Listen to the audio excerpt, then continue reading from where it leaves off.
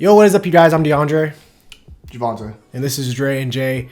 And we're here today to talk about the latest episode of Marvel Studios' She-Hulk, Attorney at Law. So this episode definitely continues after the events of the first episode, where we see Jennifer, the repercussions of Jennifer's actions in court. You know, her transforming into She-Hulk in front of the whole courtroom in order to stop Titania. And so now Jen is out of a job at first because no, law firm wants to take her on because they believe that in, the jury being biased towards her, especially the previous one that she saved. That case now is dismissed because of the fact that she saved all their lives. So there's a little bias there. And just, in general, I think if any superhero would be their lawyer or a lawyer in the courtroom, I'm pretty sure a lot of people would favor the superhero. So it does have that kind of conflict of interest. So I understand. So that leads Jennifer to go unemployed and kind of searching through jobs.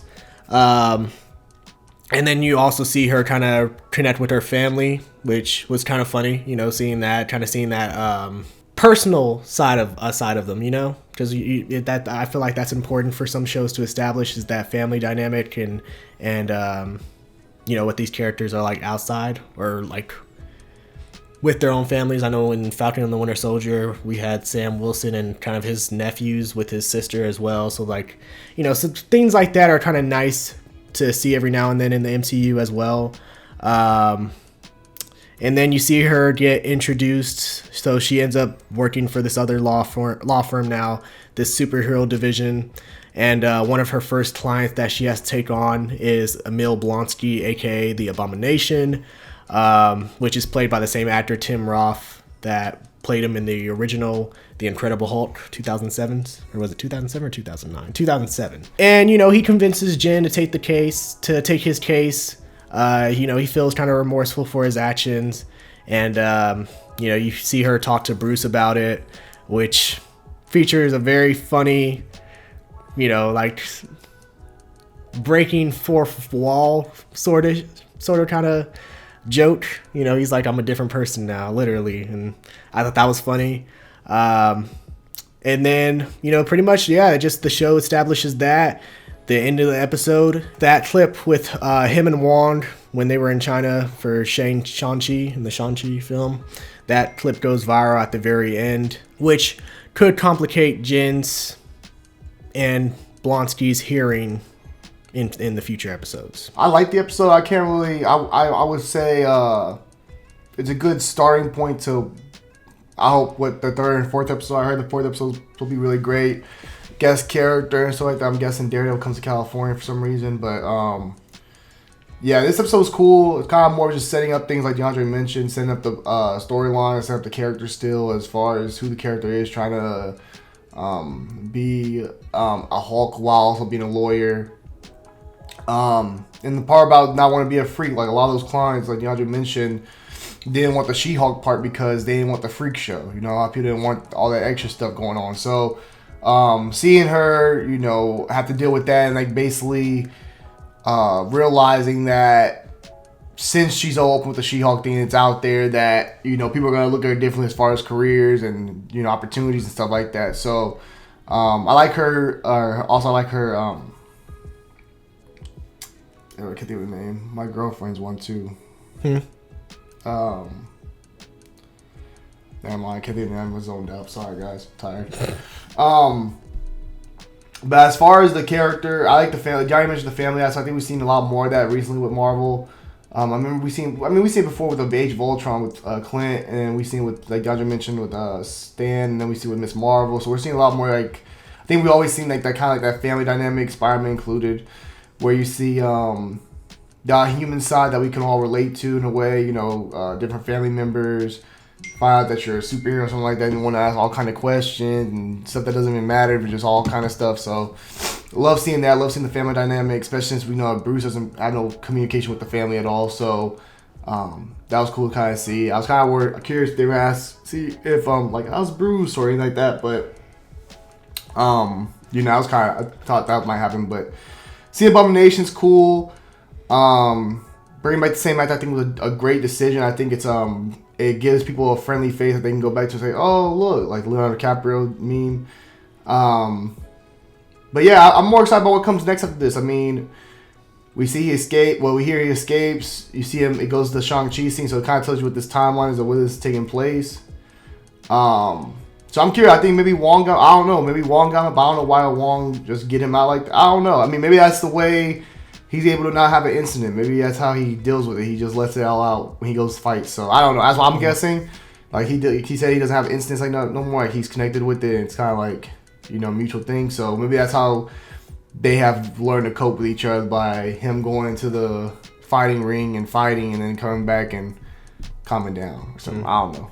Maybe. I mean, he does tell Jin like his story, like why he, like how he feels about the Hulk. Like how he causes these incidents, and he's praised as a hero, whereas he causes that incident in New York, and he's treated like the villain. When he said that originally he did that for his country, taking the super soldier serum in the first place, and everything. So, I mean, there's sympathy there, but also, I don't know, maybe he's doing that to try to trick Jin, Like, maybe he is changed, but maybe he's also like, hey, like, I'm just telling her what I want her to hear, I mean, yeah, that could be it. I mean, knowing also that she is related to Bruce, that could be a reason why, try to, hey, sweeten the pot and tell her, like, I'm all good.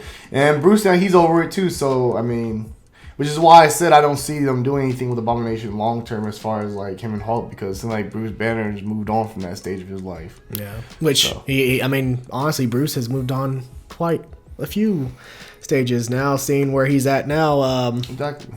Going to space. He's going to Sakaar, I'm guessing. So this could mean World War Hulk coming back. Depends. I mean, World War Hulk, Planet Hulk. I know Universal's rights for the Hulk end next June, so who knows? But maybe there might be a future for the Hulk in some future films.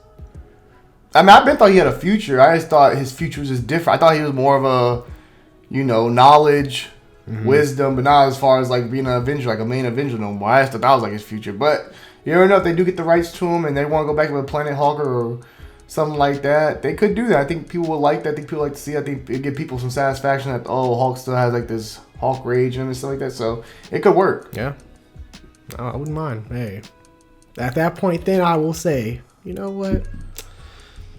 Maybe Kevin Feige ain't bad after all.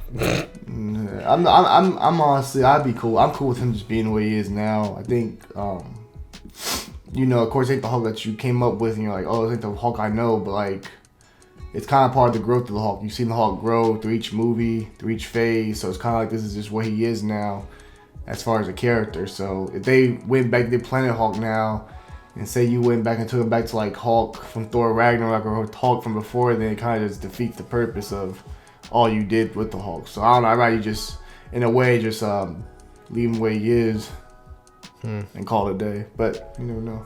I mean, I guess. Yeah. I mean, I kind of thought the same thing with Thor, though. You hyped him up all the way in Infinity War, and then you just made him like... What? I mean, I'm saying you hyped him up and made him like Pete Thor in Infinity War, and then you just said, you bumped back down to Earth. I'm just... Okay, so that's ruined.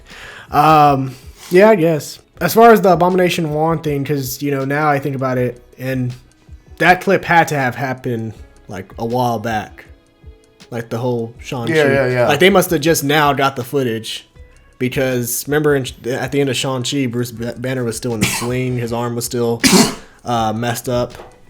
Whereas in the show, it's healed now. So I'm guessing, like, that took place several months before or something, Yeah. The Shang-Chi incident? That could be true. No.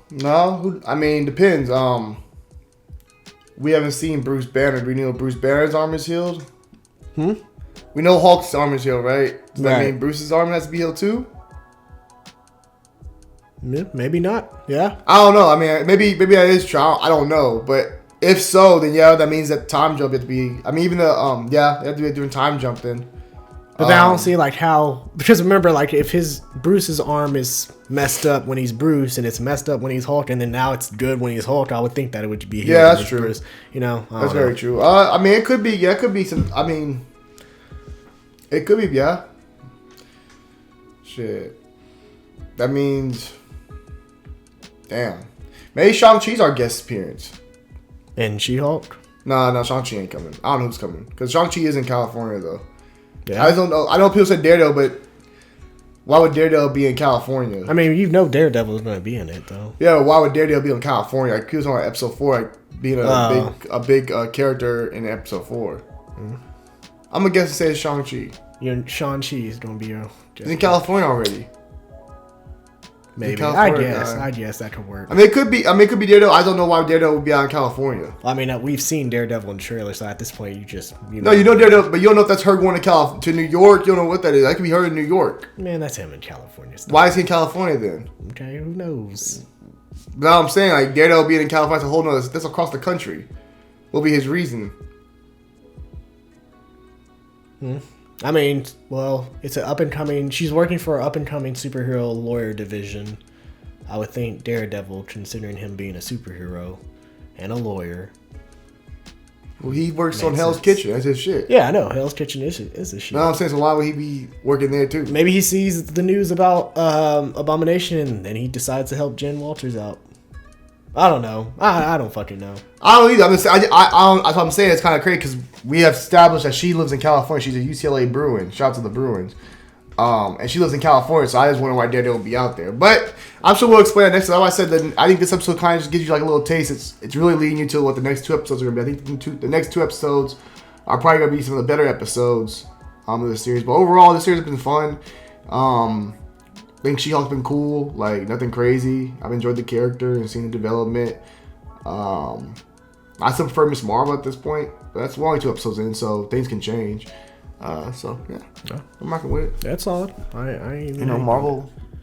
Marvel has that cachet, but I got respect. So yeah, it's been good so far. I think the CGI in this episode, it's been getting better with each episode. So I hope that continues that way. The humor, again, I felt like was solid. It worked because they're not trying to sell you. They weren't trying to sell you anything beforehand. You knew you were getting humor like, when you came into this. Yeah, like especially with her and her family, I think that was funny. Especially the end credit scene because that's something that we as family members would all do if one of our family members ended up turning out to be some big Hulk monster. Carrying the waters in the house right now. Hard. She got 8 of them bitches in her hand. I ain't tripping. Mm-hmm. I wish I had some power like that. Hey, lift the TV up. Mount that motherfucker for me. Exactly. You lift the car up. I'll make her do everything.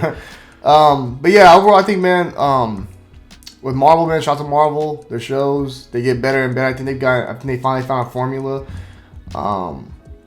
I think the shows have gotten better since we don't expect anything from these characters. We're getting these new characters. I think all the new character shows, which is what they were probably banking on more in the characters that we already had established. They were banking on these newer characters being able to come to Disney Plus and have success. And so far, with Moon Knight being great, Miss Marvel doing really well, and with She-Hulk getting the reviews it's getting, it's like they're doing pretty good with their characters as far as building them up. So I'm curious what they do with the future films and future shows, and they got love because they're doing a great job with what they're building. Yeah, completely agree. So yeah, what did you guys think of Marvel Studios' She-Hulk Attorney at Law Episode 2? Let us know your thoughts down below in the comment section. If you enjoyed this little review / discussion of it, feel free to like, share, and subscribe. I'm DeAndre. I'm Javante. And this is Dre and Jay. Peace. Who's that girl? It's Jess. It's Jess.